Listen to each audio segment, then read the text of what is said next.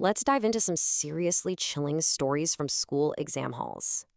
I mean, we all know that feeling, right? That pre-exam dread. But what if the real horror isn't the test, but the room itself? Okay, so our first story is about Suraj. He moves into a new house, and that's where things get weird. Right away, his life just completely unravels in this really dark, mysterious way. So his uncle, who's a pundit, feels this negative vibe. He asks what's wrong, and Suraj finally spills. And what they find out is just horrifying. Turns out there's something buried right under his room. That very night, things get violent.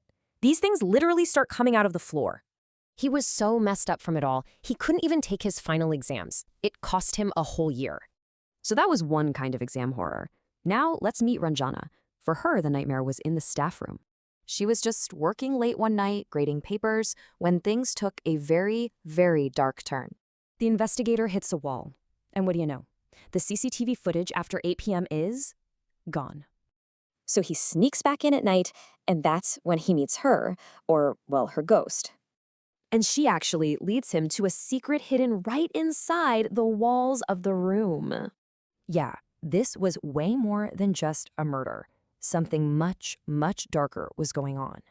Turns out, a jealous coworker used black magic to trap her soul there forever.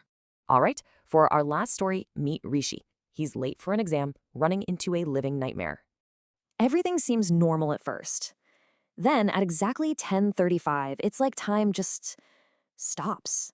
This is where things get really bizarre. His answers disappear, the other students change. What he sees next is just pure, absolute horror unfolding all around him.